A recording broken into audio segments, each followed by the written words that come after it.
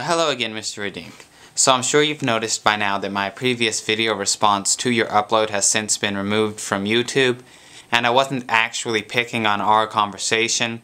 I deleted another video at the same time that had nothing to do with the discussion that we were having, but in terms of that particular dialogue, I do feel that my response was still deserving of its deletion, because in retrospect, when I reflect upon the content of that video, I think that what I presented was little more than a straw man fallacy.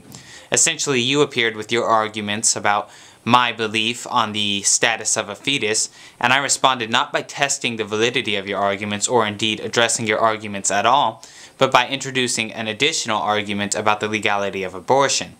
And I do think that this was a straw man fallacy. I think that this was a logical error on my part. That wasn't something that you had ever brought up. It wasn't something that came into question. So I think that what I said was irrelevant to your arguments and that this was a regrettable impulse on my decision, and I wanted to take a moment to apologize for having unduly dismissed what you had to say. I kind of thought about it, and I think that may have been rude on my part. It wasn't my intention to be rude, but that video has since been deleted along with another video on my channel, and I would like to make amends by going back and addressing the arguments you presented and testing their validity in the same way that I would test the validity of any rational argument. And I'm sure you're familiar with the 3 basic checkpoints to test the validity of any rational argument.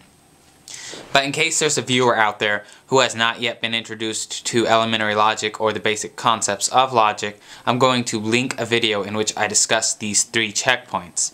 Now in this video, in this upload, in this response, I want to address your first argument, because there were at least 2. I could break it down into other arguments, but your first argument, your first significant argument, essentially says that because I would save a 5-year-old from a burning fertility clinic over 5 million zygotes, that it follows that I think the 5-year-old is more morally significant, more alive, or more a person than the zygotes, or that the zygotes aren't morally significant, aren't persons, or aren't alive. There are different ways of phrasing it. It all means essentially the same thing, or it can be used as a synonym for this video's purpose.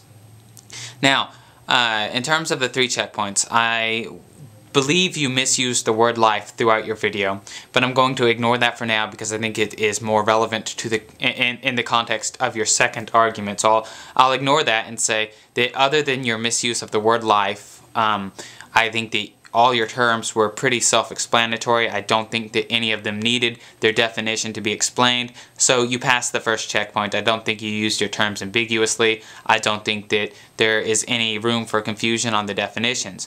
Moving on to the second checkpoint, your premise is that I would save a 5-year-old over 5 million zygotes. Now, I don't know that this is necessarily true in the situation you gave, because of course, if I am fleeing a burning fertility clinic and there's smoke and sirens and people running everywhere, there is a distinct possibility that I will be in such a emotional or mental state that I cannot think about anything except saving myself. It is completely possible that in this emotional distress, in my hysteria, in my fleeing of a burning building, I would simply run through this room, leap out the window, and hope to God that there is a trampoline or a pool on the other side. Now, I don't like to think that I would make this decision, but it is possibly a choice I would make in those circumstances. I may leave both the zygotes and the girl to burn to death because of my emotional state. And indeed, if I were a sociopath, I may leave them simply because I'm afraid that, I don't know, the heat's bad for my skin. Maybe I am a professional model, and I think that this will be a risk to my career, because heat can be bad for your skin and all of that nonsense. But it is completely possible that I would simply run through and leave them both to burn. So it does not, and it is also possible that I would save the zygotes. In my confused state with all the smoke and chaos, I may not have the time or presence of mind to consider my moral code or beliefs at all.